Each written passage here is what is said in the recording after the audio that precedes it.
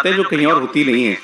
वक्फ amendment bill, अब इस पर इतनी चर्चा हो चुकी है, आप कहेंगे यार आज दोबारा आप इस पर बात करेंगे तो ऐसी कौन सी नई बात बता देंगे, लेकिन मैं शुरुआत में ही आपसे कह रहा हूं, इस प्रोग्राम को हर कोई देखे, लाइव देखिए और उसके बाद इसको जाकर के आप वेब पर दोबारा भी देखिए, क्योंकि आज जो हम बातें करेंगे, खास तौर पर हमारे मुस्लिम भाई बहन जो भी सुन रहे हैं, वो उनको आपके मन में जितने भी सवाल होंगे उनके जवाब मिल जाएंगे आज। अब आप उस पर यकीन कीजिए, उसके साथ जाइए, ये आपकी मर्जी है, लेकिन हमारी कोशिश ये है कि भाई इसमें कोई ग्रे एरिया ना रह जाए। आपका आपके मन में कोई आशंका हो, उसका जवाब आपको मिल जाए। और मैं आज ये इस प्रोग्राम में खास ये बात इसीलिए कह रहा हूं क्योंकि हमारे साथ दो ऐसे मेहमान जुड़े हैं जिन्होंने इस पर बहुत काम किया है। दोनों मुसलमान हैं और उन्होंने बाकायदा एक बुक की शक्ल में, किताब की शक्ल में वो सारे आशंकाएं, सारे सवाल इसके अंदर दिए हैं, उसके जवाब भी दिए हैं, क्यों जरूरी है जो भी कुछ अमेंडमेंट किया जा रहा है वक्फ को लेकर के, और उसके पॉलिटिकल भी जो कुछ पहलू हैं। कोई आपको बता रहा होगा कि इससे आपका धर्म खतरे में पड़ जाएगा, या कोई आपको बता रहा होगा मोदी सरकार इस मुसलमानों की संपत्ति पर कब्जा करना चाहती है। ये सब पॉलिटिकल बातें, उसके भी जवाब इसके अंदर है, आर्गुमेंट है इसके अंदर। तो इसलिए ये प्रोग्राम आज का बहुत महत्वपूर्ण है। मैं धन्यवाद के साथ स्वागत करना चाहता हूं, हमारे साथ डॉक्टर शालिनी अली जी प्रोग्राम में आई है। बहुत स्वागत शालिनी जी आपका। शालिनी नेशनल कन्वीनर है मुस्लिम राष्ट्रीय मंच।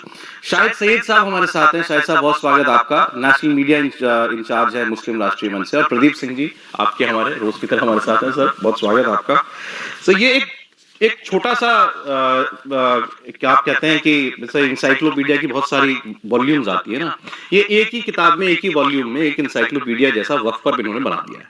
ठीक कह रहा हूं सर? बिल्कुल सब कुछ इसको पढ़ने में जाओ, कोई बहुत भारी मोटी किताब भी नहीं है। तो इसको एक तो आप लोग सब लोगों तक पहुंचाइए भी, और तब तक हम लोग इस पर बात कर लेते हैं। क्यों ये किताब आपने निकाली है, क्या जरूरत महसूस हुई आपको? सबसे पहले इस किताब का जो आइडिया है वो इसलिए आया क्योंकि तरह तरह के भ्रम फैलाए जा रहे थे। भ्रम ये भी था कि अब हमको मरने के पहले अपने लिए कब्रिस्तान की जगह जो है वो बनानी पड़ेगी, अपने लिए ज़मीन खरीदनी पड़ेगी, उसके बाद मरना होगा, क्योंकि ये सारे हिंदू और ये सरकार ये तो हमारे कब्रिस्तान भी छीन लेगी, मज़ारें टूट जाएंगी, दरगाहें टूट जाएंगी, मस्जिदें टूट जाएंगी। तो अब हम क्या करें? ऐसे में हमारे लिए इस देश में जीना मुहाल हो चुका है। इस तरह के सवाल बहुत लोगों के थे, इस तरह की आशंकाएं बहुत लोगों की थी। और इसके बाद जब हम लोग जेपीसी में गए, मैडम अलग गई थी और हम लोग अलग गए थे जेपीसी के सामने, जो हमने अपना बयान रखा, तो मैडम को तो गालियां नहीं पड़ी, शायद इनको औरत का होने का फायदा मिला, लेकिन हम लोग को बस अच्छे से उसमें हुई, स्वागत समारोह हुआ। अच्छा। और उसके बाद हमारे पास 33-34 सवाल हमारे ऊपर छोड़े गए जेपीसी में।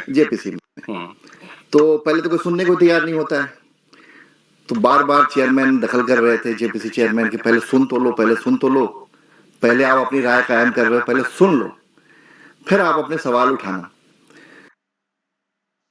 अगर आप अपने शरीर की गर्मी से परेशान हैं, ऐसे इस तरह की बहुत सारी चीजें हो रही थी। तो ये हुआ कि धुंध है और वो धुंध हटना चाहिए। इसलिए हटना चाहिए कि इस देश में गृह युद्ध जैसी हालत हो सकती है जी, क्योंकि क्या है, एक बहुत बड़ा तबका जो है वो जाहिलों का है, उसको जिस तरफ आप दौड़ा देंगे दौड़ जाएगा। वो नहीं देखेगा कि उसके पास कान है या नहीं है। उसको आपने कह दिया कान कौवा लग गया तो कौवा के पीछे भाग जाएगा वो। तो ये एक बहुत बड़ी चीजें थी और ये लंबा खिंचने वाला था। उसकी सबसे बड़ी वजह ये है कि आपने जो देखा कि सीए एनआरसी वाले में आम जनता रोड पे होती थी, क्योंकि उसे लगा कि हम इसमें स्टेक होल्डर। लेकिन यहाँ दूसरा मामला था। यहाँ जो है वो जो पॉलिटिकली ज्यादा एक्टिव हैं, या ये कहा जाए कि बड़े लोग हैं, उनके पास बहुत बड़ा मतलब एक माफिया है, लैंड माफिया, वो चलाते हैं। अब इससे एक सबसे बड़ी बात ये आती है कि इन चीजों पर कैसे पर्दा हटाया जाए, कैसे ये चीज लोगों को समझाया जाए कि ये जो है वो उनके ही फायदे के लिए, ठीक। अच्छा, हमारे प्रोग्राम में आपसे पहले भी ऐसे मुस्लिम गेस्ट आए जिन्होंने इस बिल का समर्थन किया है, लेकिन वो अपनी एक उनकी एक राय थी, उन्होंने राय अपनी रखी यहाँ पर इस प्रोग्राम पर। आज जो मेहमान आए हैं, आप लोग कम्युनिटी के बीच में ही हैं और उनके मन में जो सवाल थे वो सब भी आपने सुने, उनसे भी बात की और फिर उनके लिए आप उसका जवाब लेकर के आए, तो ये कितना अंतर है। It is